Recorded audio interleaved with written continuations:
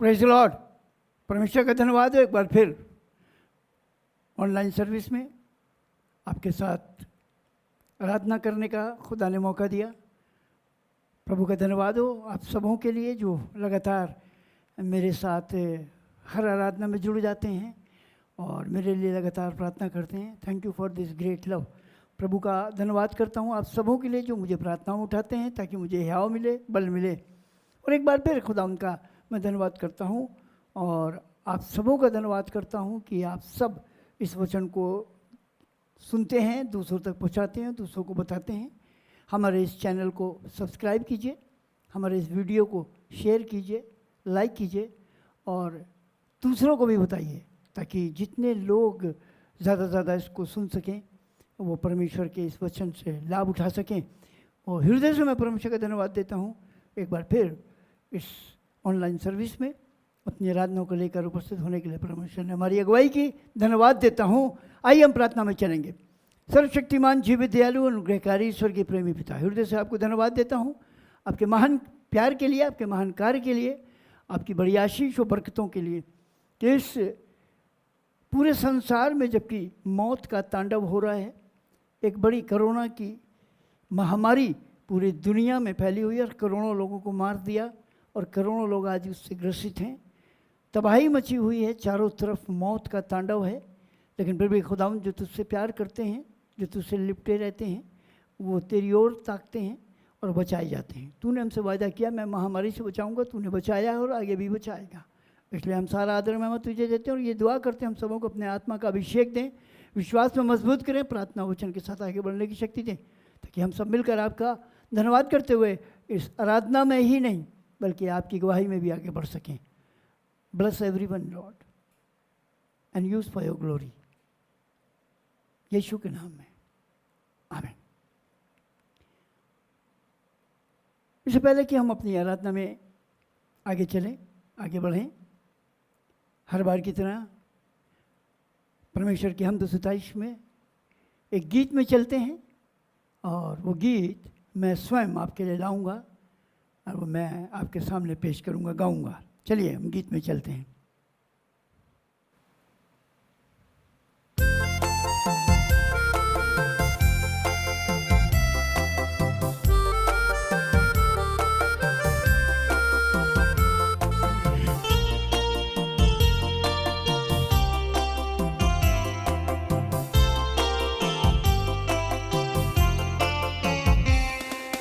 मानव रूप धारण करके आया जहान में, मानव रूप धारण करके आया जहान में, ज्योति बनके वो चमका सारे जहान में, ज्योति बनके वो चमका सारे जहां में।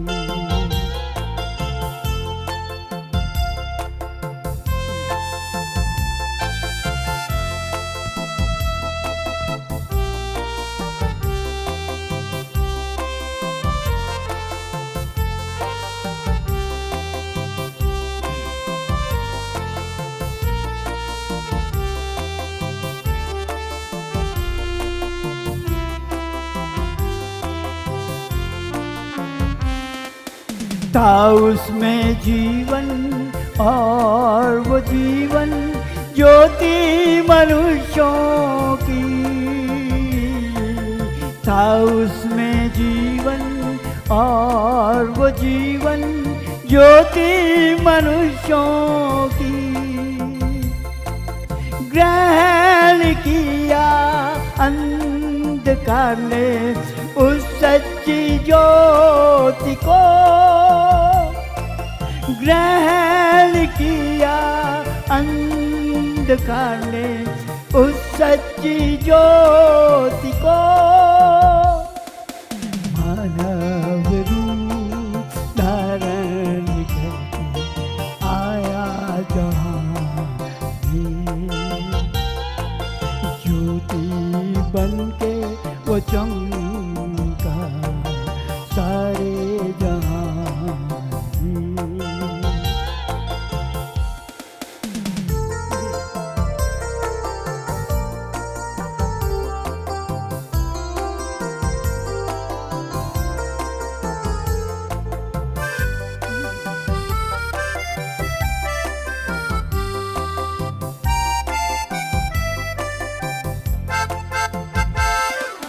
जो नगर पहाड़ पर बसा हुआ है, जो नगर पहाड़ पर बसा हुआ है, वो नगर की रोशनी छिप नहीं सकती, वो नगर की रोशनी छिप नहीं सकती। मानव रूप धारण करके आया जहां में, ज्योति बनके वो चमका सारे जहां।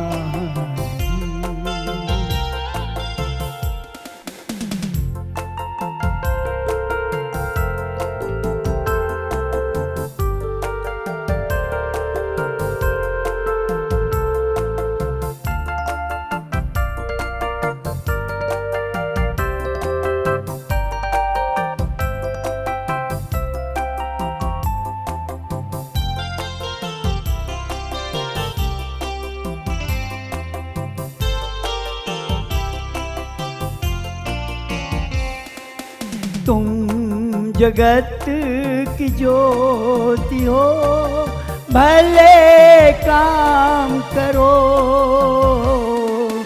तुम जगत की ज्योति हो, भले काम करो, ताकि मनुष्यों के सामने महिमा पिता की हो, ताकि मनुष्यों के सामने महिमा पिता की हो। मानव रूप धारण करके आया जहां में,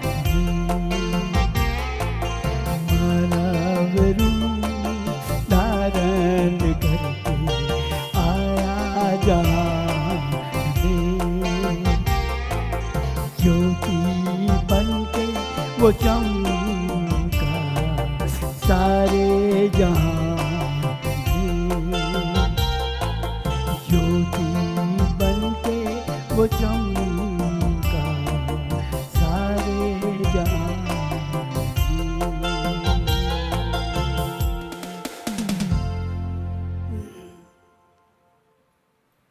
परमेश्वर का धन्यवाद करते हैं और आज के वचन में चलते हैं। और इससे पहले कि हम वचन में जाएं, एक बार फिर हम प्रार्थना करेंगे और मैं अपने आप को खुदा की हुजूरी में रखूँगा ताकि परमेश्वर की आशीष को मैं प्राप्त करूं और मैं घटूं और यीशु मसीह बढ़े। मेरे अपने विचार और शब्द ना हो बल्कि यीशु मसीह के आत्मा की अगुवाई मिले। आइए हम प्रार्थना में चलें। सर्वशक्तिमान जीवित दयालु अनुग्रहकारी स्वर्गीय पिता, हृदय से आपको धन्यवाद देता हूँ एक बार फिर इस उम्दा बेहतरीन मुबारक समय और दिन के लिए कि तूने ये मौका दिया कि मैं तेरी गवाही को दे सकूं, तेरे वचन को लोगों के साथ शेयर कर सकूं। और प्रभु जी, इस समय मैं विशेष रूप से प्रार्थना करता हूं, जहां कहीं भी दुनिया के किसी कोने में भी इस खुदाउन तेरी बशारत के काम को जो मैं कर रहा हूं उसकी गवाही और उसका वचन जो आज यहाँ से फैला जा रहा है, जहाँ कहीं भी दुनिया के कोने कोने पहुँचता है, प्रभु लोग उससे सुनकर 100 गुना फल लाने वाले बन सके। प्रभु जी, उनके जीवनों में खुशी और आनंद आने पाए। पवित्र आत्मा का खुदा उन्होंने सामर्थ और पवित्र आत्मा का दान और वरदान उन्हें प्राप्त हो, क्योंकि कलाम को हमने पढ़ा है, उसमें लिखा है वचन के सुनते ही सुनते बहुत से लोगों पर पवित्र आत्मा उतर आया। आज भी चाहता हूँ ये इंस्पायरिंग मैसेज हो, हृदयों को छेदने वाला हो, और जहाँ तक ये कलाम पहुँचे लोग प्रभु यीशु मसीह को प्यार करें और उससे लिपट जाएं, ताकि वो जीवित रहें। मुझे नाचीज में के होंठ और जुबानों को छू, ताकि मेरे अपने विचार, अपनी बातें, अपने ख्यालात ना हो, बल्कि तेरी आत्मा की अगुवाई हो। तेरे सामर्थ्य भरकर, तेरे पवित्र आत्मा से परिपूर्ण होकर तेरी महिमा और तेरे जलाल का गवाह बनूं। मैं घटूं, आप बढ़ें और आपकी महिमा हो। सुनने वाले जितने भी यहाँ मौजूद हैं, जो सुन रहे हैं, जिनके तक ये वचन पहुँच रहा है, वो सब प्रभु सिर्फ सुनने वाले नहीं, इस पर अमल करने वाले हों। उनको ये वचन को सुनने के लिए बेहतर कान, समझने के लिए बुद्धि और ज्ञान, और एक्सेप्ट करने के लिए वो मन जो तू चाहता है, ताकि वो आत्मा में मजबूत होकर तेरी महिमा करें। सारा आदर में तुझे देते हैं खुदा, और ये विनती अपने खुदा और उसके बेटे यीशु मसीह के सामर्थ्य नाम में होकर मांगता हूँ, सुनकर ग्रहण कर लीजिए। आमीन। Praise God. खुदा का मैं हृदय से एक बार फिर धन्यवाद करता हूँ आज के दिन के लिए, कि उसने फिर से मुझे ये मौका दिया कि मैं आपके साथ खुदा के इस वचन को बांटूं। फिर से एक बार आपको, इससे पहले कि मैं वचन में जाऊं, मैं बता दूं, बहुत से लोग हमें फ़ोन कर रहे हैं और बहुत से लोग सोच रहे हैं कि बहुत जल्दी ये चर्च खुलने वाले हैं। लेकिन मैं आपको बार बताता हूँ, बार बार बताता हूँ, फिर बता रहा हूँ कि जल्दबाजी ना करें, परेशान ना हो। सरकार का जैसे ही हमें आदेश प्राप्त होगा और वो नॉर्म्स हमारे मुताबिक होंगे जिससे हम आराधना खुल के कर पाएँ, तो हम आपको ज़रूर बताएंगे। लेकिन अगर हम उस आधार पर आराधना नहीं कर पाते तो खैर हमें सोचना पड़ेगा, हम आपको बताएंगे। सो परेशान ना हो, जैसे ही हमें आदेशित किया जाएगा वैसे ही हम आप तक ये सूचना बताएंगे। सो परेशान ना हो। और ये ऑनलाइन सर्विस लगातार आपके साथ चल रही है, चलती रहेगी, और इसमें आप प्रभु के साथ जुड़े रहें। आइए चलते हैं आज के वचन में। बहुत बड़ी बातें लेकर नहीं आया हूँ, बहुत बड़ी नई नई चीज़ें लेकर नहीं आया हूँ। वही कलाम, वही 66 पुस्तकें, वही 66 पुस्तकों में लिखे हुए वचन जो बारहा सुनने को मिलते हैं, मैं आपके साथ बांटना चाहता हूँ, वही बांटूंगा। और बताना चाहता हूँ कि हम इस वचन पर गौर फरमाएं, इस वचन के ऊपर हम मनन करें। कलाम में लिखा है याकूब की पत्री में, सुनने वाले ना बने जो अपने आप को धोखा देते हैं। आज बहुत सी जगहों पर, बहुत से संसार में तरह तरह के तरीक़ों से खुदा का कलाम जगत के कोने कोने में और दुनिया के हर शहर में, हर गांव में, देहात में पहुंचाया जा रहा है। लेकिन लोग कितना सुन रहे हैं और कितना एक्सेप्ट कर रहे हैं और कितना उस पर चल रहे हैं, ये सोचने की बात है। सो वचन में हाँ जब आपको बताएंगे, बहुत दुनिया जो है इस समय करहा रही है। आपको मालूम है इस कोरोना वायरस ने पूरे संसार को तबाह और बर्बाद कर दिया है।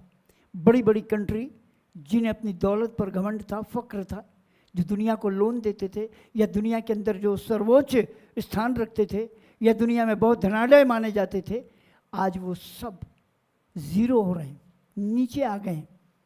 फाइनेंशियल प्रॉब्लम हर कंट्री के अंदर बहुत ही विघ्न हो गई है, बहुत ही बड़ी हो गई है, बहुत ही मुसीबत भरी हो गई है।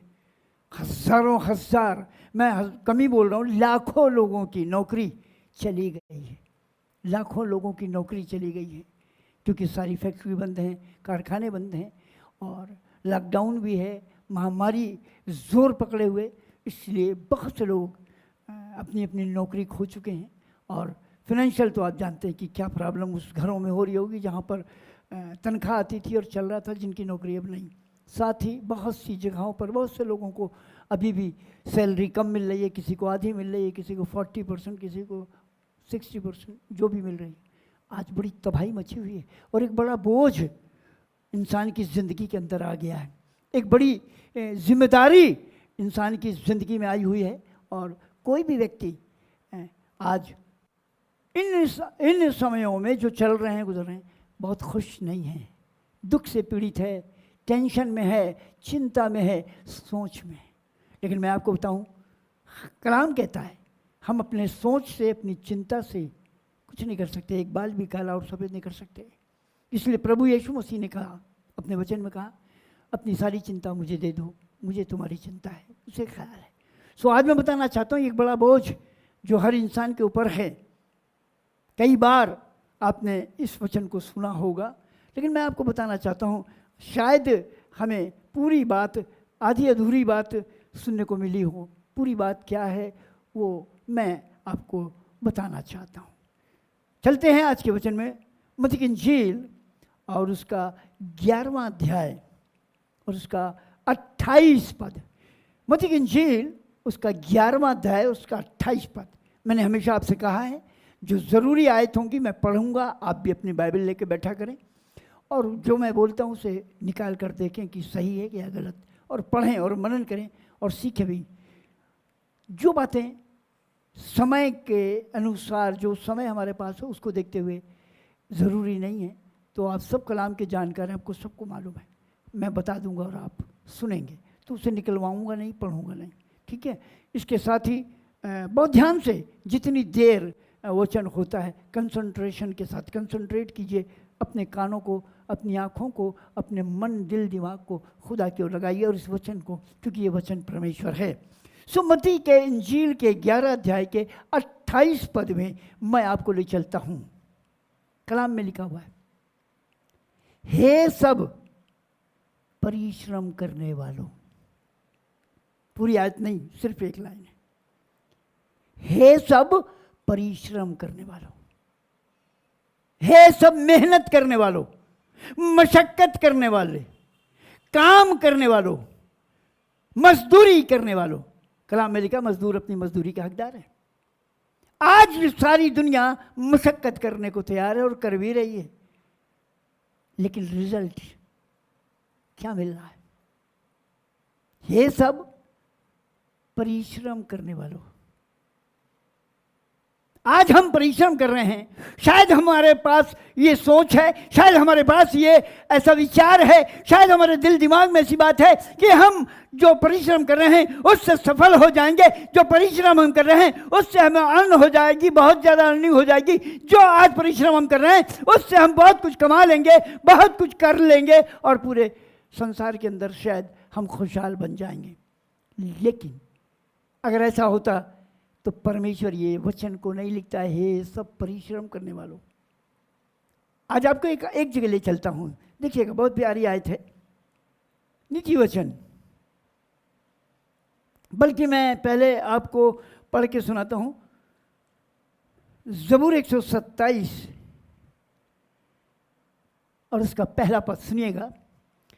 भजन संहिता 127 का पहला पद, यदि घर को यहोवा न बनाए तो उसके बनाने वालों का परिश्रम व्यर्थ होगा।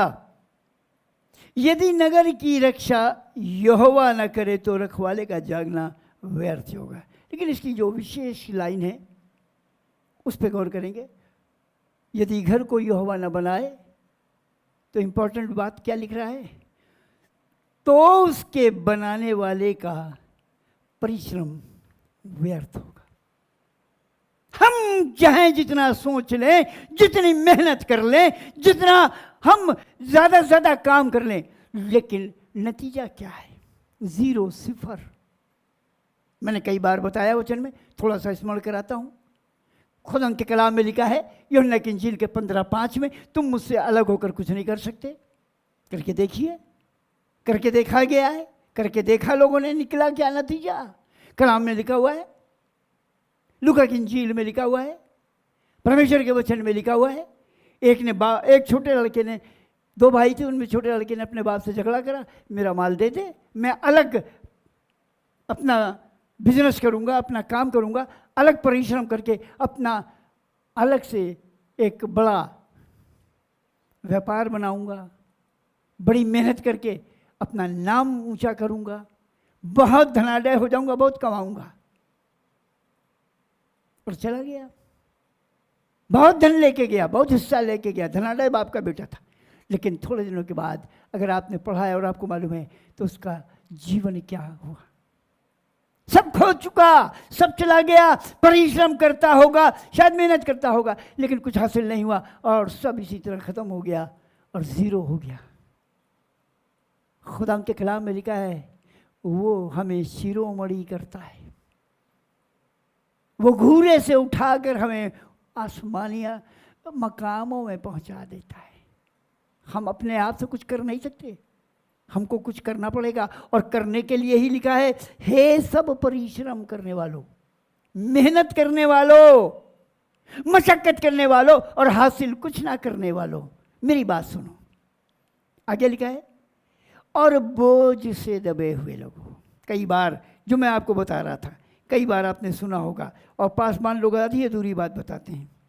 क्या बताते हैं?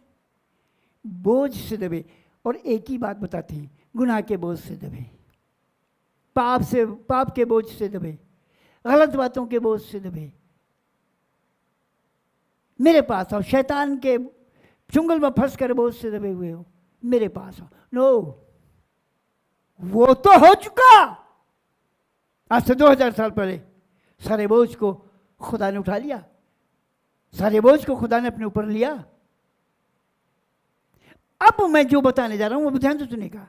आपके ऊपर सिर्फ गुनाह का ही बोझ नहीं है। आप परिश्रम कर रहे हैं, लेकिन सुरागदार थैली में। हमने आपको हमेशा बताया, तुम खाते हो पर पेट नहीं भरता। हज्जी नबी की पुस्तक में लिखा है, पढ़ लेते हैं, चलिए दिखा देते हैं।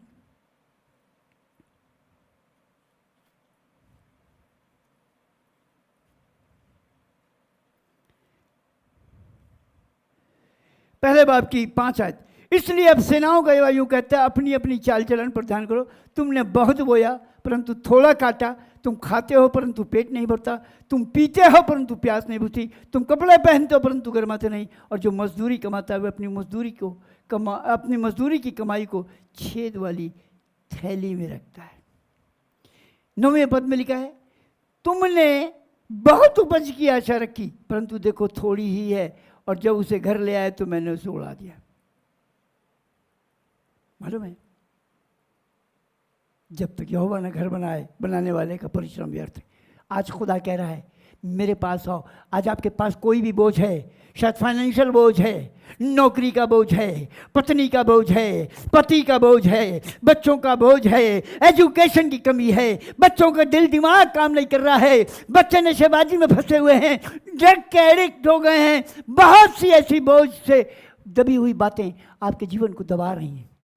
अगर ऐसा कोई भी बोझ है, पाप का बोझ छोड़ दीजिए, और भी कोई बोझ, सारे बोझों को लेकर प्रभु के पास आओ। खुदा कहता है, मेरे पास आओ। और आपको मालूम है, आगे लिखा है, आए बोझ से दबे हुए लोगों, मेरे पास आओ, मैं तुम्हें विश्राम दूंगा। पाप के बोझ से ही नहीं, अगर फाइनेंशियल प्रॉब्लम है उस बोझ से भी, अगर बीमारी के बोझ से तो उससे भी, नशे के बोझ से तो उससे भी, अगर बच्चों के विरोध से हो, बच्चों के अंदर झगड़े लड़ाइयाँ हैं, कोई बच्चे बिगड़ चुके हैं, नशेबाजी में पड़ गए हैं, एजुकेशन नहीं प्राप्त कर रहे हैं, बुद्धि ज्ञान की कमी है, आज प्रभु कहता है सारे बोझ को ले आओ, कोई टेंशन ना लो, कोई चिंता ना लो, मैं हूं यहाँ, मैं यहाँ हूं, यहाँ आओ, मेरे पास आओ, मैं तुम्हें विश्राम दूंगा। आज गुनाह का बोझ तो उठाएगा ही, आपके सारे इस दुनिया में, इस जीवन में जो भी बोझ हैं सब हल्के करेगा। Praise God. कलाम में लिखा हुआ है, यूहन्ना की इंजील के 6:37 में लिखा हुआ है, जो मेरे पास आएगा मैं उसे हरगिज़ नहीं निकालूंगा। हालेलुया। अगर आप उसके पास आएंगे तो बोझ नहीं उठाएगा, बहुत बड़े बड़े वायदे आपकी ज़िंदगी में पूरे करेगा। Praise Lord, glory, hallelujah. खुदा का कलाम हमारी ज़िंदगी के अंदर हमको ये बताना और सिखाना चाहता है, हम अपने आप से कुछ नहीं कर सकते, हमें आना पड़ेगा। क्योंकि खुदा के कलाम में लिखा, मैं दाखलता हूँ, तुम डाली हो। डाली अपने आप से कुछ नहीं कर सकती। अगर डाली दाखलता में बनी रहे, ये इंपॉर्टेंट बात है। खुदा के कलाम में वही लिखा है, यदि तुम मुझ में बने रहो और मैं तुम में, मीन्स डाली तुम में बनी रहे, लता में, जो पेड़ है दाखलता, उसमें डाली अगर जुड़ी रहे, बनी रहे। और मेन बात क्या है, दाखलता उसे सींचे और उसको खुराक दे। दाखलता डाली में बनी रहे और डाली दाखलता में बनी रहे तो फल ला। तुम मुझ में बने रहो, मैं तुम में, तो बहुत सा फल लाओगे। आज ज़रूरी बात है, कोई ऐसा नहीं दुनिया में, आपका भाई हो, आपके माँ बाप हो, आपका सगा संबंधी हो, कोई आपका बोझ नहीं उठाएगा, कोई आपको आज़ाद नहीं करेगा, कोई आपकी कितनी मदद करेगा। लेकिन यहाँ वो है जो जिंदगी के हर कदम पर आपकी अगुवाई और मदद करेगा। मेरे पास आओ, मैं तुम्हें विश्राम दूंगा। अब क्या है, देखिए, कई बार हम सोचते हम इतना बोझ लेके कैसे जाएं, हम क्या क्या मांगें उससे, क्या क्या कहें उससे, क्या बोले उससे। एक लंबी लिस्ट है, ये प्रॉब्लम है, ये प्रॉब्लम है, ये बोझ है, ये बोझ है, ये बोझ है, ये बोझ है। कितने बोझ बताएं, कुछ ना बताइए, बस आ जाइए। मैंने कई बार आपको बताया, जो अपने अपराधों को मान लेता और छोड़ देता उस पर दया की जाएगी। कहीं ये नहीं लिखा है कितने पाप किए, कितने साल तक किए, कितने हजार किए, कितने लाख किए, क्या क्या किए, क्या क्या नहीं किए, कोई जरूरत नहीं। कहता मैं उनको स्मरण नहीं करूंगा, अपनी पीठ तले डाल दूंगा, बस आ जाओ। और आपको इसके एग्जाम्पल हैं एग्जाम्पल। यीशु मसीह के साथ 2 डाकू लटकाए गए, एक उसकी निंदा कर रहा है, दूसरा कह लगा तुझे जरा भी दुख नहीं है, कुछ खेद नहीं आता, शर्म नहीं आती, वो तो निर्दोष है, हमने अपने किए की सजा पाई है, वो तो निर्दोष है, वो तो खामखा लटका दिया गया। और अंत में कहता है खुदावंद जब तू अपने राज में होना मुझे याद कर लेना। प्रभु यीशु मसीह ने नहीं कहा अच्छा मैं तुझे यहाँ से उतरने की आज्ञा कर दूंगा, या मैं तुम्हें कोई भी तरीके से यहाँ से नीचे उतार दूंगा, तुम चले जाओगे, मनादी करोगे, रूहें जीतोगे, सारे कामों को बदल लो और ऐसा करो वैसा नहीं। उसने कहा आज ही तू मेरे साथ स्वर्गलोक में होगा। हालेलुया। अगर आज आप उसके पास आ जाएंगे, आपका बोझ जो आप लेके घूम रहे हैं, आपका बोझ हल्का हो जाएगा। आगे की 29 पद मैं आपके लिए पढ़ना चाहता हूँ। मेरा जुआ अपने ऊपर उठा लो। अब एक बड़ी कठिन बात, हमको दुनियावी एतबार से being a human we are weak, हम तो बराबर आपसे ये कहते हैं, तो हमारा सोच क्या है? पहले तो ये कि प्रभु कह रहा है बोझ से दबे और थके मांदे लोगों मेरे पास आओ। अरे ऑलरेडी मैं तो बोझ से दबा हूं, मैं तो नीचे चला जा रहा हूं, इतना 6 फीट का हूं, 4 फीट हो गया हूं बोझ से, इतना ज्यादा टेढ़ा हो गया हूं, कमर टेढ़ी हो गई। और ऊपर से कह रहा है मेरा जुआ अपने ऊपर उठा लो। ये एक और प्रॉब्लम बता रहा है। हम तो बोझ से लदे हैं, हम तो बोझ से थके हैं, हमारे जीवन में इतना बोझ है, हम आए हैं कि ये हमको हल्का करे। और ये कह रहा है मेरा जुआ अपने ऊपर उठा लो। How can it be possible? कैसे उठा लेंगे? अगर मेरे पास 1 कुंटल बोझ लदा है और 20 कुंटल और 20 केजी और लादा जा रहा है, मेरी क्या हालत होगी? सोचता आदमी अपने दुनियावी एतबार से, इंसानी सोच से ये सोचता है, पर आगे की लाइन सुनिए। मेरा जुआ अपने ऊपर उठा लो और मुझसे सीखो। Praise God, praise God. क्या सीखो? कई बार खुदा ने कहा बाइबल के माध्यम से, ए मनुष्य चींटियों के पास जाओ और उनसे सीख, शापान से सीख, और भी बहुत सी चीजें नीति वचन में पाओगे, उनसे सीख। खुदा कह रहा है मेरा जुआ अपने ऊपर उठा लो और मुझसे सीखो। क्या सीखना है मालूम है? निर्दोष होने के बाद भी, परम पवित्र होने के बाद भी, कोई पाप न किए होने के बाद भी सारी दुनिया का बोझ उठाया था। आपको मालूम है कितना बड़ा बोझ था? बीते दिनों काफ़ी साल हो गए, हम पढ़ रहे थे इसके ऊपर, जब हमको किताब मिली और हमने इसको देखा और पढ़ा, इस पे लोगों ने रिसर्च करी, क्योंकि कलाम में लिखा है।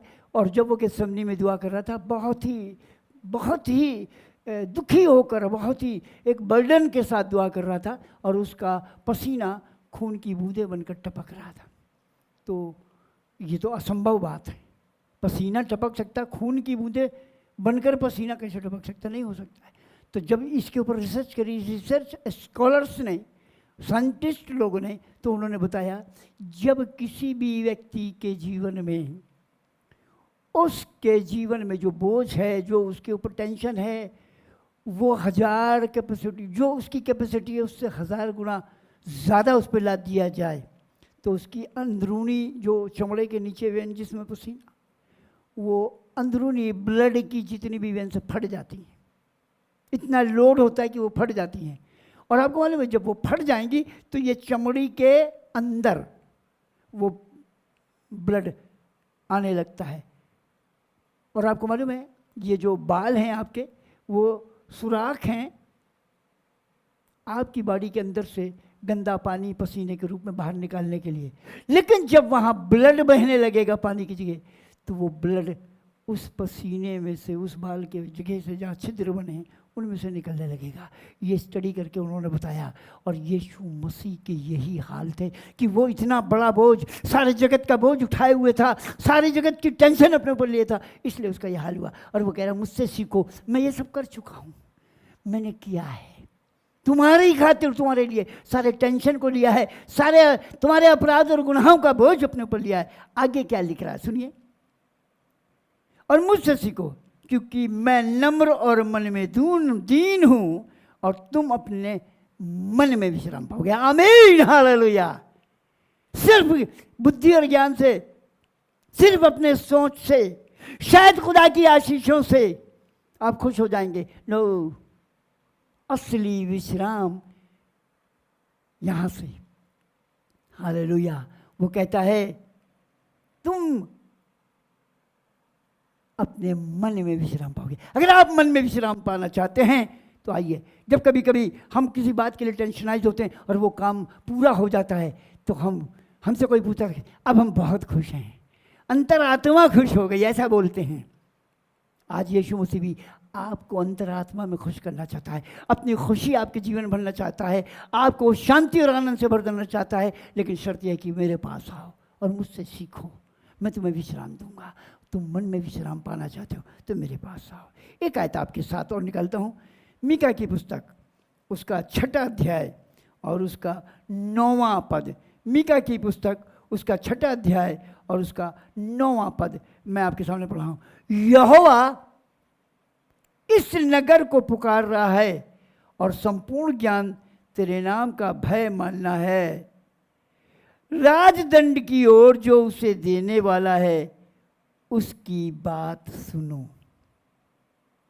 जो दंड देने वाला है उसकी बात सुनो। वो इस नगर को पुकार रहा है। हालेलुया। किसी व्यक्ति विशेष को नहीं बुला, पूरे संसार को, हर देश को, हर कंट्री को बुला रहा है, मेरे पास आओ, मैं तुम्हें विश्राम दूंगा। एक आयत और मैं इसी मीका के अंदर आपको लेके दिखाना चाहता हूँ। इसका 2वां अध्याय और इसका 3वां पद। यहाँ पर लिखा है, इस कारण यहोवा यूं कहता है, मैं इस कुल पर ऐसी विपत्ति डालने पर हूँ जिसके नीचे से तुम अपनी गर्दन हटा ना सकोगे, न अपने सिर ऊंचे किए हुए चल सकोगे, क्योंकि वो विपत्ति का समय होगा।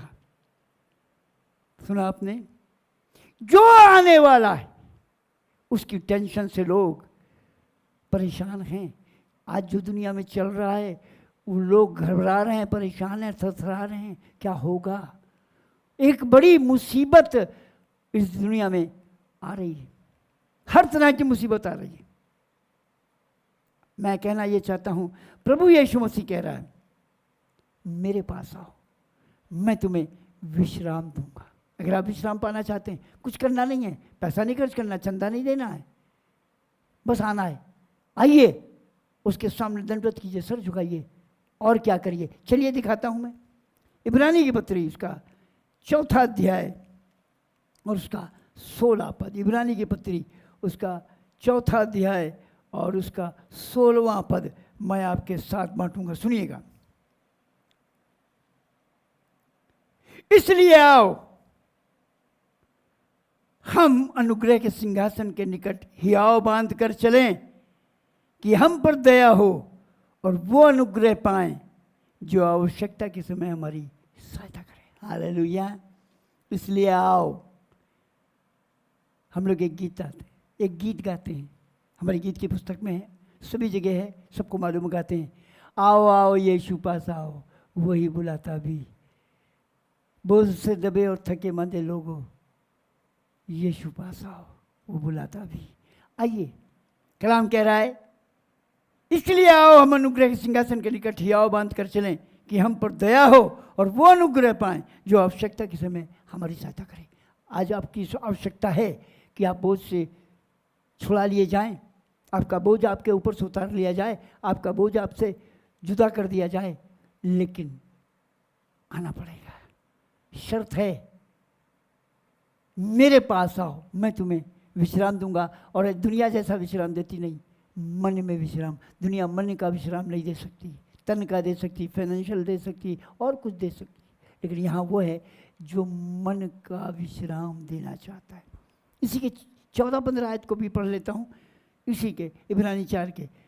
सो जब हमारा, बहुत प्यारी आयत है, सो जब हमारा ऐसा बड़ा महायाजक है जो स्वर्गों से होकर गया है, अर्थात परमेश्वर का पुत्र यीशु, तो आओ हम अपने अंगीकार को दृढ़ता से थामे रहें, क्योंकि हमारा ऐसा महायाजक नहीं जो हमारी निर्बलताओं में हमारे साथ दुखी ना हो सके, वरन वो सब बातों में हमारी न्याय परखत हो गया तो अभी निष्पाप निकला।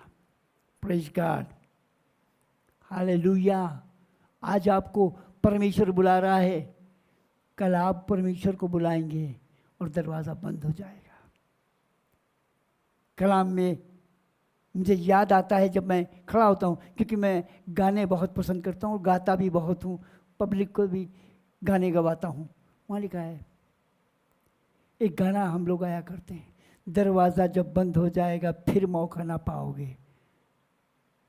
आज दरवाज़ा खुला है, आज यीशु मसीह बुला रहा है। बीते दिनों मैंने बताया, उसने सीढ़ी लगा दी और ऊपर खड़ा कर रहा है, यहाँ मेरे पास आओ। आज आप आना नहीं चाहते हैं तो मन का विश्राम नहीं मिलेगा, बोझ आपका हल्का नहीं होगा, और इसी बोझ में दबकर आप इस दुनिया से विदा हो जाएंगे। क्या करेंगे? आइए, प्रभु यीशु मसीह बुलाता है, मेरे पास आओ। जब तुम उसकी आवाज़ सुनो, इब्रानी के पत्र के अंदर लिखा है, जब तुम उसकी आवाज़ सुनो तो अपने मन को कठोर न करना, जैसा मस्सा हमारी तुम्हारे बाप दादों ने किया, बहुत से हलाक हो गए। अगर वो बुलाता है तो आ जाओ। आपको मालूम है, बताना चाहता हूं, सुनिए,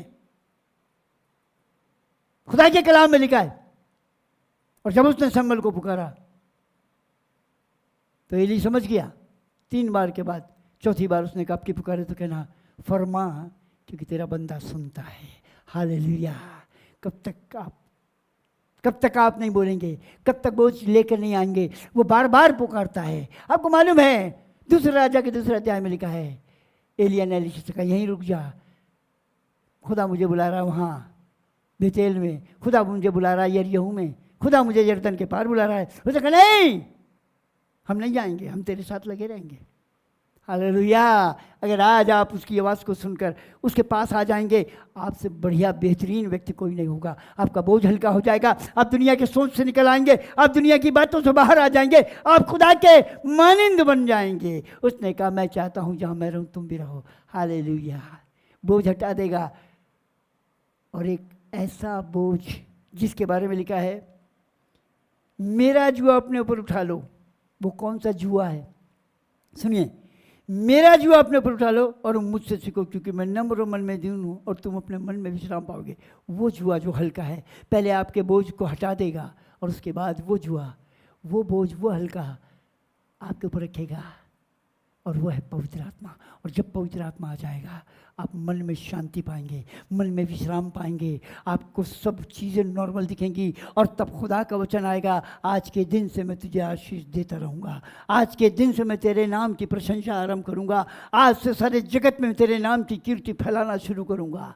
आज अंजीर और अनार में फल लगने लगेंगे। Hallelujah, praise God. एक आयत मुझे और याद आ रही है, फिलिप्पी की पत्री और उसका 2 अध्याय, फिलिप्पी की पत्री और उसका 2 अध्याय और उसके 9-10 पद से देखेंगे। फिलिप्पी 2 अध्याय उसके 9 और 10 और 11 को सुनिएगा। इस कारण परमेश्वर ने उसको अति महान भी किया और उसको वो नाम दिया जो सब नामों में श्रेष्ठ है, कि जो स्वर्ग में और पृथ्वी पर और जो पृथ्वी के नीचे हैं, वो सब यीशु के नाम पर घुटना टेकें। 11वां पद बहुत ध्यान से सुनेगा। और परमेश्वर पिता की महिमा के लिए, प्रेज गॉड, अपना बोझ अगर आप लिए हुए हैं तो सुन लीजिए, अपना बोझ लेकर आइए। क्यों?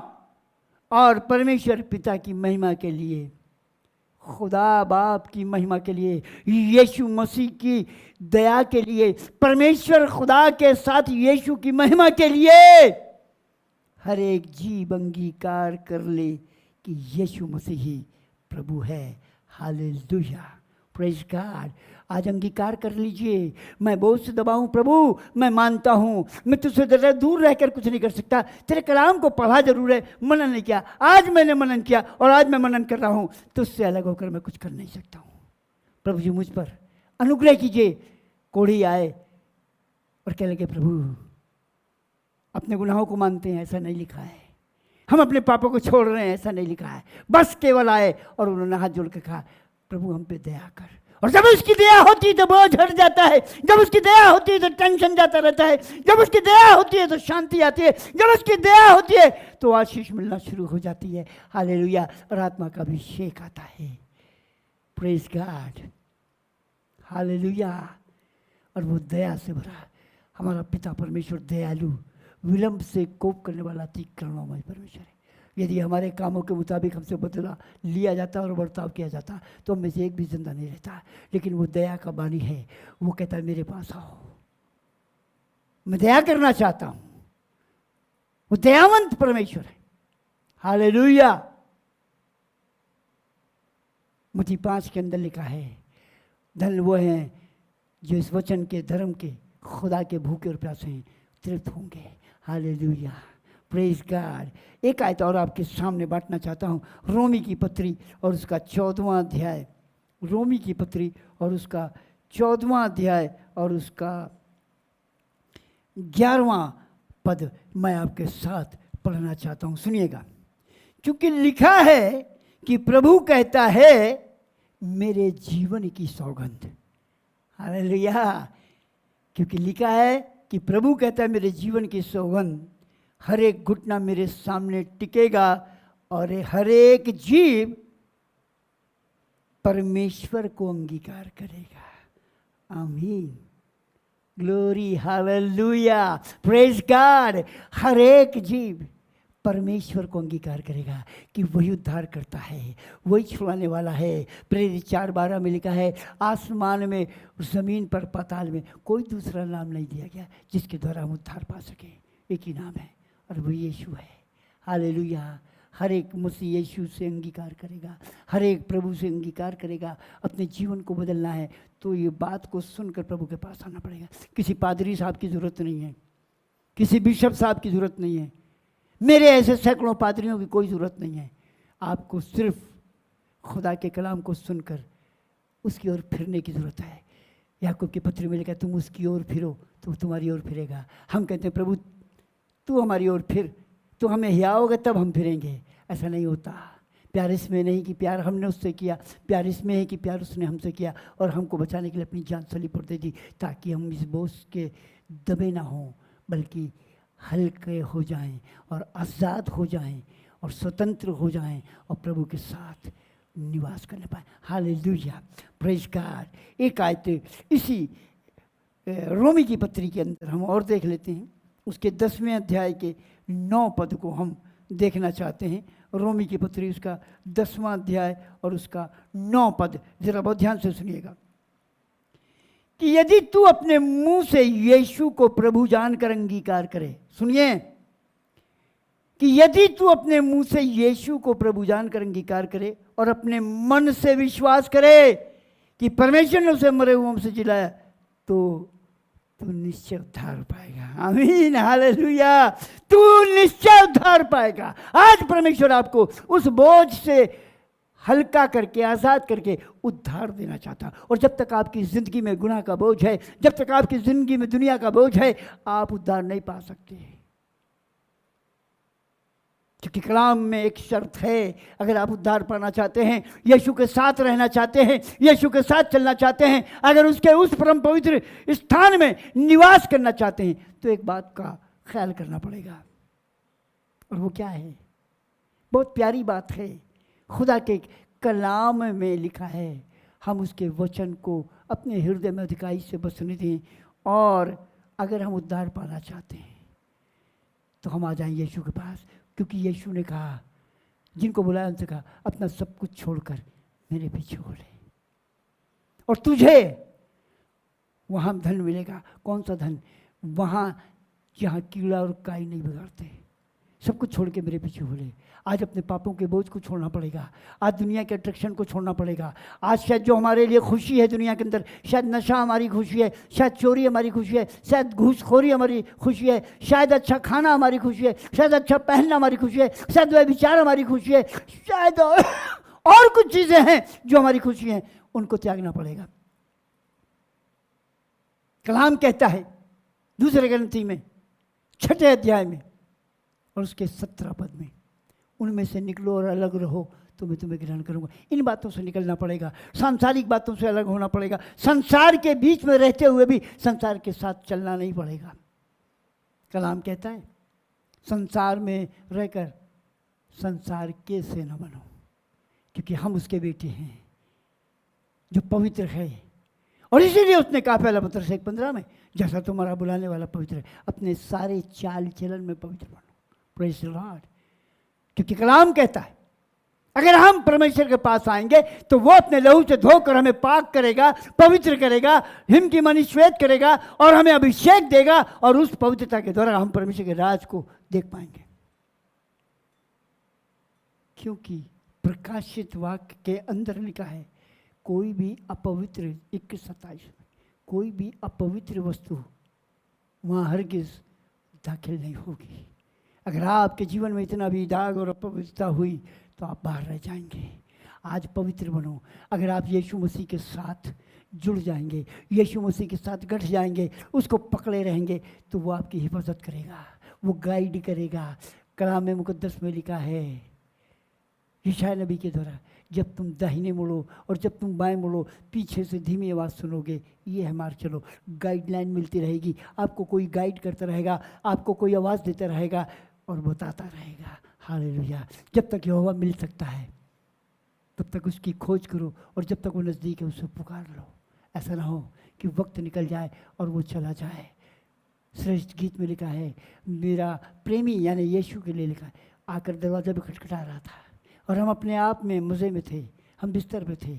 बहुत सी बातें लिखी हैं, ये समय नहीं है, लेकिन मैं अपना मकसद बताना चाहता हूँ। और उसने उस समय उठकर खुदा के लिए दरवाज़ा नहीं खोला, उस समय खुदा की आवाज़ नहीं सुनी, वो पुकारता रहा, और जब वो नाराज़ होकर चला गया, लौट के चला गया, तब होश में आए और तब जाकर दरवाज़ा खोला। और ऐसा लिखा है उसने बहुत ढूंढा, लेकिन उसका प्रेमी रूठ कर चला गया था और उसे न मिला। दरवाज़ा जब बंद हो जाओगी तो फिर मौका ना पाओगे। आंखें खोलो। Praise God.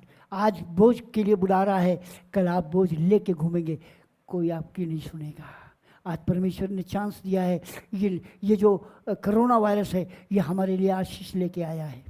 दुनिया के लिए मौत लाया होगा, क्योंकि हमारे लिए आशीष लाया, क्योंकि उसने हमसे वायदा किया था महामारी से बचाऊंगा, और बचा भी रहा है। और जो मौका आया है, आशीष क्या आई है हमारे में, कोरोना की वजह से सबको लॉकडाउन कर दिया, सबकी फैक्ट्रियाँ बंद हो गई, सब घर में हो गए। हम बहाना करते थे, यूहन्ना 15:22 में लिखा है, यदि मैं ना आता और तुमसे बातें न करता तो तुम्हें बहाना था, लेकिन अब तुम्हारे पास कोई बहाना नहीं, अब तुम्हारे पास कोई मौका नहीं, अब तुम्हारे पास कोई ऐसी बात नहीं कि तुम ये कहकर छूट जाओ कि हमें मालूम नहीं था, हमें पता नहीं था, हम बड़े बिजी रहते थे, हम 12 घंटे ड्यूटी करते थे, हम 16 घंटे ड्यूटी करते थे, बड़े थक जाते थे। उसने कहा ऐसा नहीं है। 1-2 दिन का मौका होता तो कहते हम 1 दिन इस काम में फंस गए, 2 दिन हम उस काम में फंस गए, और तीसरा दिन खत्म हो गया और चौथा दिन आ गया और सब खत्म हो गया। नो, महीनों की गिनती आ गई आपके पास। मार्च महीने से अभी तक मौका ही मौका। कितनी प्रार्थना करी, कितना आपने खुदा को पुकारा। जब तक यहोवा मिल सकता है खोजा आपने, जब तक वो नज़दीक है पुकारा आपने। एक दिन आप छाती पीट पीट कर पुकारेंगे और कोई मददगार ना होगा। कलाम में लिखा है जिन्होंने छेदा था वो भी छाती पीटेंगे और देखेंगे और रोएंगे। कलाम कहता है अरे बहुत से दबे थके मंदे लोगों मेरे पास आओ। आज मौका है, इस दुनिया का अंत होने वाला है। जो कुछ सिम्टम्स हमें दिख रहे हैं, जो इंडिकेशन हमें मिल रहे हैं, उससे ये नज़र आता है कि इस दुनिया का आगे क्या होने वाला है। आपके पास सब कुछ है। कलाम की 66 पुस्तकों में सारी बातें आपको डिटेल से लिखी गई और बता दी गई, अलर्ट अलार्म दिया गया है। क्या तैयार हैं? कलाम क्या कहता है? हिजकीएल नबी की पुस्तक और उसका 21 अध्याय, हिजकीएल नबी की पुस्तक उसका 21 अध्याय और उसका 7 पद मैं आपके साथ पढ़ रहा हूँ, बहुत ध्यान से सुनिएगा। हिजकिय्याह नबी की पुस्तक 21 अध्याय 7 पद क्या लिखा है सुनिए। और जब वे तुझसे पूछे कि तू क्यों आह मारता है, लोग कल्पेंगे, रोएंगे, पछताएंगे। सुना आपने? सुनिए।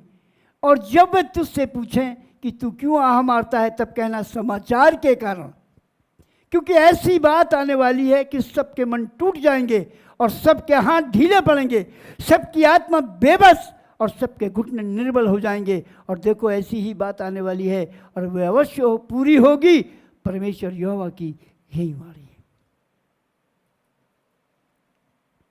इसी के 25 पद को पढ़ रहा हूं। और हे इज़राइल, दुष्ट प्रधान, तेरा दिन आ गया। हे अधर्म के अंत का समय पहुंच गया।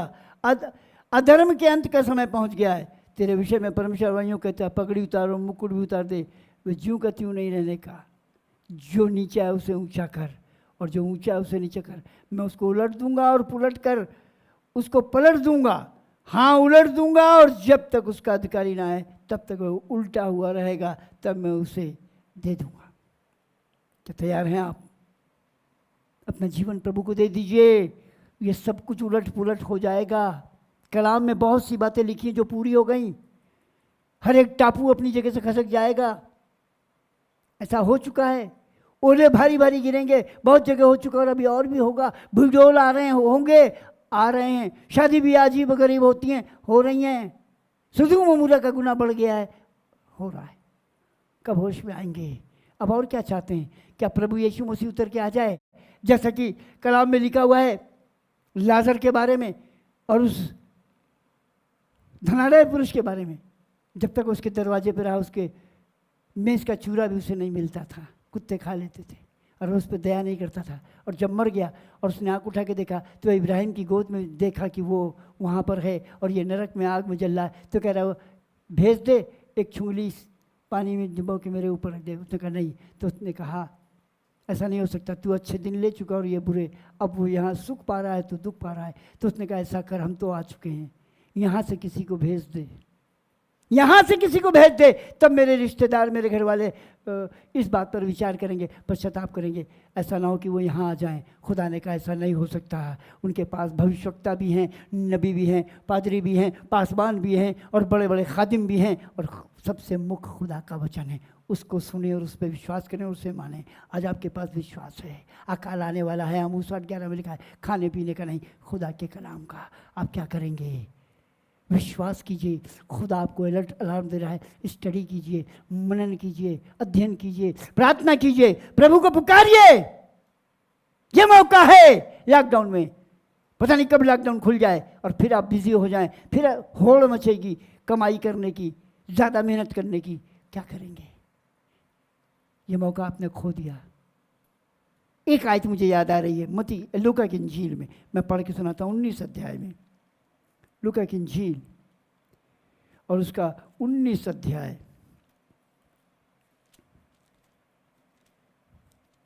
और उसके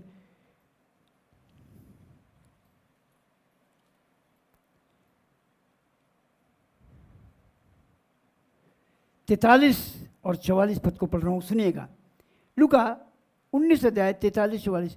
क्योंकि वे दिन तुझ पर आएंगे कि तेरे बैरी मोर्चा बांधकर तुझे घेर लेंगे और चारों ओर से तुझे दबाएंगे और तुझे और तेरे बालकों को जो तुझ में हैं मिट्टी में मिलाएंगे और तुझ में पत्थर पे पत्थर भी न छोड़ेंगे, क्योंकि तूने वो अवसर जब तुझ पर कृपा दृष्टि की गई ना पहचाना। सुना आपने? जो समय हम पे दया की गई वो समय हमने नहीं पहचाना। एक आयत होशे नबी की पुस्तक के 13 अध्याय के 6 पद को मैं आपके साथ पढ़ना चाहता हूँ, सुनिएगा। परंतु जब इजरायली चराए जाते थे और वे तृप्त हो गए, तब तृप्त होने पर उनका मन घमंड से भर गया, इस कारण वे मुझको भूल गए। देखा आपने? ये खुदा का कलाम है। आज लोग खुदा को भूल गए। उसके वचन को सुनने के बाद इस कान से इधर से निकाल दिया, भूल गए। एक आयत और याद आ गई, यशायाह नबी की पुस्तक उसका 43 अध्याय, यशायाह 43 का और 15-16 पद। यशायाह 43 का 15 और 16 पद मैं आपके साथ पढ़ रहा हूँ, सुनिएगा। मैं यहोवा तुम्हारा पवित्र इस्राएल का सृजनहार तुम्हारा राजा हूँ। यहोवा जो समुद्र में मार्ग और प्रचंड धारा में पथ बनाता है, जो रथों और घोड़ों और शूरवीरों समेत सेना को निकाल लाता है, वो तो एक संग वहीं रह गए और फिर नहीं उठ सकते। वो बुझ गए, वे मन की बत्ती की नहीं बुझ गए हैं, सन की बत्ती की नहीं बुझ गए हैं। वो यूँ कहता है, अब बीती हुई घटनाओं का स्मरण मत करो, न प्राचीन काल की बातों पर मन लगाओ। देखो मैं एक नई बात करता हूँ, वो अभी प्रकट होगी, क्या तुम उससे अनजान रहोगे? मैं जंगल में एक मार्ग बनाऊंगा और निर्जन देश में नदियाँ बहाऊंगा। 21 पद। इस प्रजा को मैंने अपने लिए बनाया कि वो मेरा गुणानुवाद करें। Hallelujah, praise God. मैं खुदा का हृदय से धन्यवाद करता हूँ। इतनी खूबसूरत बातें हैं। आज आप पे दया की जा रही है, आज आपको खुदा बुला रहा है, आज आपका बोझ उठाना चाहता है, फिर भी आपको समझ में नहीं आ रहा है। मेरे पास आओ तो मन में विश्राम पाओगे। शरीर का विश्राम तो मिल ही जाएगा, पढ़ देता हूँ, इससे विश्राम मिल जाएगा, लेकिन मरने के बाद फिर मन का विश्राम नहीं पाएंगे। सुनिए प्रकाशित वाक्य उसका 14वां अध्याय और उसके 13 पद को पढ़ रहा हूँ। और मैंने स्वर्ग से ये शब्द सुना कि लिख, जो मुर्दे प्रभु में मरते हैं वो अब से धन्य हैं। आत्मा कहता है क्योंकि वे अपने परिश्रमों से विश्राम पाएंगे और उनके कार्य उनके साथ हो लेते हैं। Hallelujah, praise the Lord, glory, hallelujah. कुदूस खुदावंद हमसे यूँ कहता है, अब से वो मुर्दे जो प्रभु में सोते धन्य हैं, ये तन का विश्राम मिलेगा। लेकिन अगर केवल तन का विश्राम मिल गया तो क्या फ़ायदा? आत्मा का विश्राम चाहिए, मन का विश्राम चाहिए। तो यीशु मसीह ही है जो दोनों से आज़ाद करता है। उससे कलाम में लिखा है, उससे मत डरो जो शरीर को नाश कर सकता है, उससे डरो जो शरीर और आत्मा दोनों को नाश कर सकता है। Hallelujah, praise God.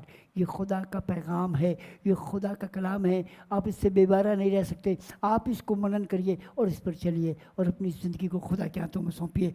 आखिरी आयत मैं आपके साथ बांटूंगा, यशायाह नबी की पुस्तक और उसका 45वां अध्याय और उसका 23 पद मैं आपके लिए पढ़ने जा रहा हूँ। सुनिएगा, बल्कि 22 से पढ़ देता हूँ, सुनिए। हे पृथ्वी के दूर दूर के देश के रहने वालों, तुम मेरी ओर फिरो और उद्धार पाओ। Praise Lord. सिर्फ एक छोटी सी बात है, तुम मेरी ओर फिरो और उद्धार पाओ। छोटी सी, रुपए लाओ, भेंट चलाओ, ऐसा कहीं नहीं लिखा है तब तुम उद्धार पाओगे। नो, तुम मेरी ओर फिरो और उद्धार पाओ, क्योंकि मैं ही ईश्वर हूं और दूसरा कोई और नहीं है। मैंने अपनी ही शपथ खाई, धर्म के अनुसार मेरे मुख से यह वचन निकला और वो नहीं टलेगा।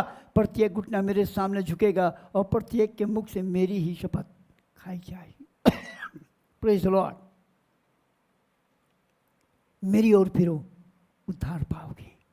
मेरी ओर फिरोगे, मेरे पास आओगे, अपना बोझ मुझे दे दोगे तो मन में विश्राम पाओगे, तन में भी विश्राम पाओगे और हमेशा परमेश्वर के साथ रहोगे और सुकूनत करोगे। व्यवस्था 4:4 में लिखा है, तुम जो आज तक जीवित हो तो इसलिए कि तुम उससे लिपटे हुए हो। Praise the Lord. प्रभु हमें अपने साथ रखना चाहता है, प्रभु हमें अपने साथ ले जाना चाहता है। आपको मालूम है क्यों? उसने क्या कहा? मैं चाहता हूँ, 14:3 यूहन्ना की इंजील, मैं चाहता हूँ जहाँ मैं रहूँ वहाँ तुम भी रहो। क्यों? क्यों? बहुत खूबसूरत बात है। समय नहीं तो मैं इसकी डिटेल आपको बताता, लेकिन सिर्फ बताना चाहता हूँ। 7 पद में यूहन्ना की इंजील में लिखा है, परमेश्वर के वचन को अगर मैं उस आयत को पढ़ देता हूँ तो आपको ज़रा ज़्यादा अच्छा समझ में आ जाएगा। यूहन्ना की इंजील के अंदर पढ़ देता हूँ, आप सुनिए।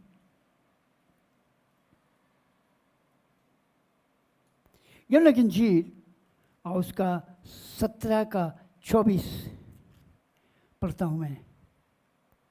हे पिता, मैं चाहता हूँ कि जिन्हें तूने मुझे दिया है, जहाँ मैं हूँ वहाँ वो भी मेरे साथ हों, कि वो मेरी उस महिमा को देखें जो तूने मुझे दी है, क्योंकि तूने जुगत की उत्पत्ति से पहले मुझसे प्रेम रखा है। वो इसलिए चाहता है कि आप जहाँ वो है वहाँ रहें, ताकि आप उसकी उस महिमा को देखें जो पिता ने उसे दी है, और आप अपनी महिमा को भी देखें जो यीशु ने आपको दी है। आमीन, हालेलुया, प्रेज़ लॉर्ड। मैं आपसे ये हाथ जोड़कर दस्तबस्ता विनती करूँगा, गुजारिश करूँगा कि आप सब इस बात पर गौर फरमाएं, खामोश ना रहें, चुपचाप ना रहें, बल्कि मनन करें और अपना बोझ यीशु के पास ले आएं, ताकि आप उद्धार पाएँ, हमेशा की ज़िंदगी पाएँ और अनंत जीवन के वारिस हो जाएं। God bless you. खुदा आप सबों को आशीष और बरकत दे, अपनी महिमा के लिए इस्तेमाल करे और आप उसकी जलाल को देखने पाएँ। Thank you, God bless you.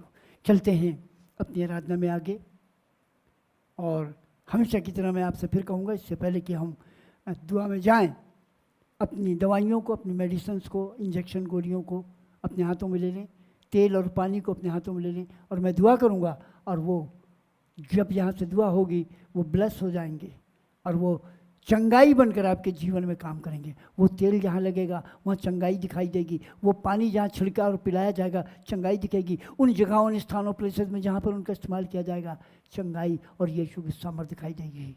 Praise Lord. सबसे पहले मैं इन चीज़ों के लिए दुआ करूँगा, दवाइयों, इंजेक्शन गोलियों के लिए, और पानी और उस तेल के लिए, और उसके बाद कोरोना वायरस के लिए, और उसके बाद उन तमाम लोगों के लिए जो इसमें लोगों की मदद कर रहे हैं उनके लिए, और उसके बाद बीमारियों के लिए, और उसके बाद दुष्ट आत्माओं के लिए, और उसके बाद आत्मिक कमज़ोरों के लिए, और उसके बाद अंत में हम आए हमारे बाप की दुआ, लॉर्ड्स प्रेयर, और कल में से रुखसत होंगे। तो हर बार की तरह इससे पहले कि हम दुआ में जाएं, हम तैयारी के लिए, आत्मिक तैयारी के लिए, उसी तरह जैसे हर बार हम एक गीत में जाते हैं, तैयारी के लिए हम गीत में जाएंगे, और ये गीत भाई जेबस पैट्रिक की तरफ से आपको सुनने को मिलेगा, वो गाएंगे, आपके लिए लाएंगे।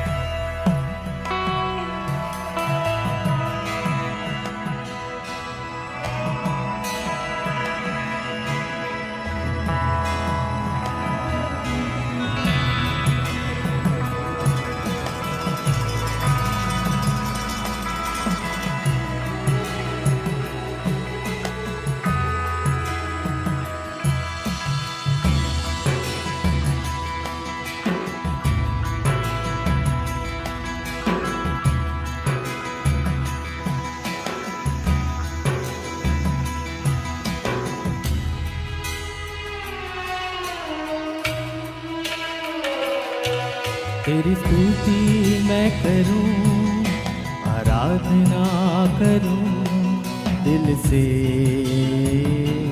दिल से। तेरी स्तुति मैं करूं, आराधना करूं दिल से, दिल से। मेरी सांसों में तेरा नाम रहे, मेरी सांसों में तेरा नाम रहे, ऐ प्रभु तू ही तू। तेरी स्तुति मैं करूं, आराधना करूं दिल से, दिल से। तेरी स्तुति मैं करूं, आराधना करूं दिल से, दिल से।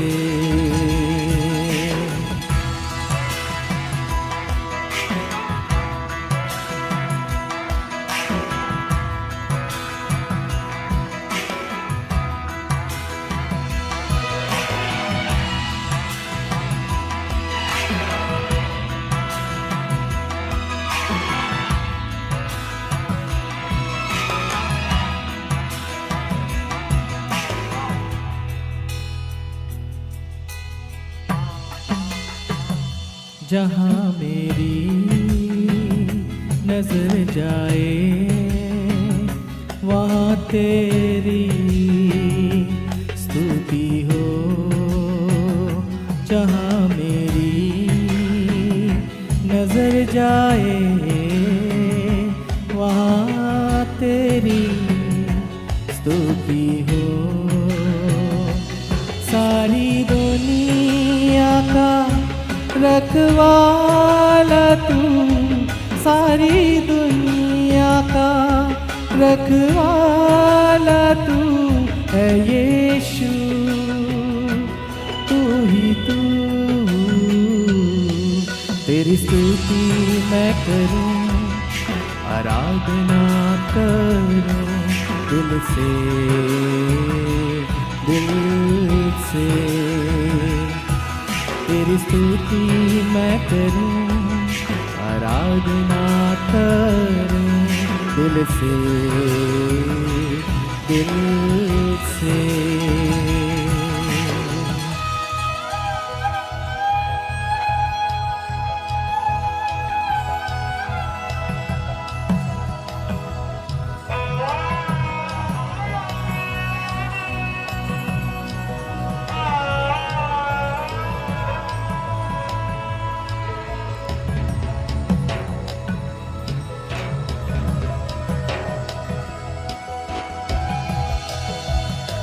खुशी और गम में साथ हो तेरा, प्रारंभ और अंत में नाम हो तेरा। खुशी और गम में साथ हो तेरा, प्रारंभ और अंत में नाम हो तेरा। मेरे जीवन का सहारा तू, मेरे जीवन का सहारा तू है प्रभु, तू ही तू। तेरी स्तुति मैं करूं, आराधना करूं दिल से, दिल से। तेरी स्तुति मैं करूं, आराधना करूं दिल से, दिल से। मेरी सांसों में तेरा नाम रहे, मेरी सांसों में तेरा नाम रहे ऐ प्रभु, तू ही तू। तेरी स्तुति मैं करूं, आराधना करूं दिल से, दिल से। तेरी स्तुति मैं करूं, आराधना करूं दिल से, दिल से।